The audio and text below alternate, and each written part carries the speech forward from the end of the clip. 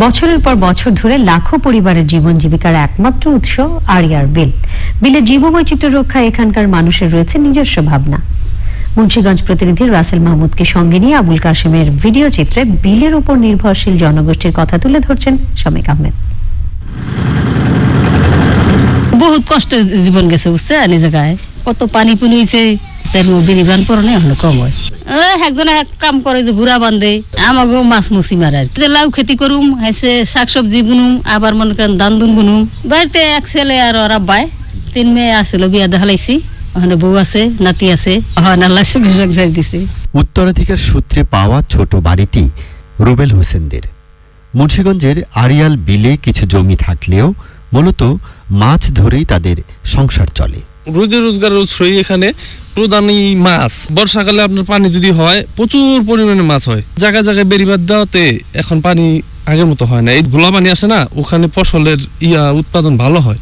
এখন বর্তমানে আগের মতো হয় না, সার পানি দিতে দিতে খরচ বেশি হয়ে যায় আর কি।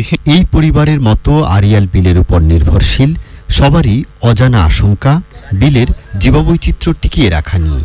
সংকট না, আমরা গরিব দুঃখী মানুষ মরে যাব না, আমার কোনো চাকরি নাই, কিছু নাই, আমরা গরিব মানুষ কি করে খাম? এতে বিলে যে জাল পাইতা মাছ মাইরা বাজারে বিক্রি করি, ঘাটে বিক্রি করি, এই খাইতাছি। বন্যা তো আগে অষ্টাশি বন্যা, পানি ওখানে পানি কম হয় আমাকে।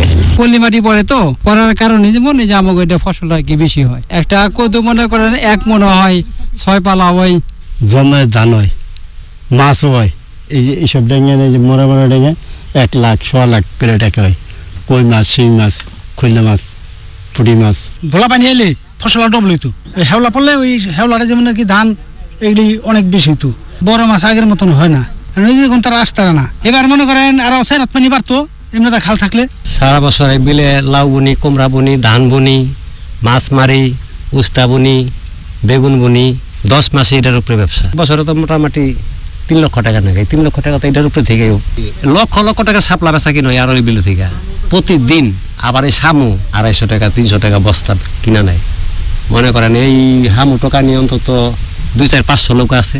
প্রতিটি জলাশয়ই প্রাকৃতিক সম্পদে ভরপুর। একটুখানি সুপরিকল্পনা এই জলাশয়গুলোর জীববৈচিত্র্য যেমন রক্ষা করতে পারে, তেমনি এই জলাশয়গুলোর অর্থনৈতিক গুরুত্ব অনেক গুণ বাড়িয়ে তুলতে পারে। মুন্সিগঞ্জের আড়িয়াল বিল থেকে শৌমিক আহমেদ, চ্যানেল আই।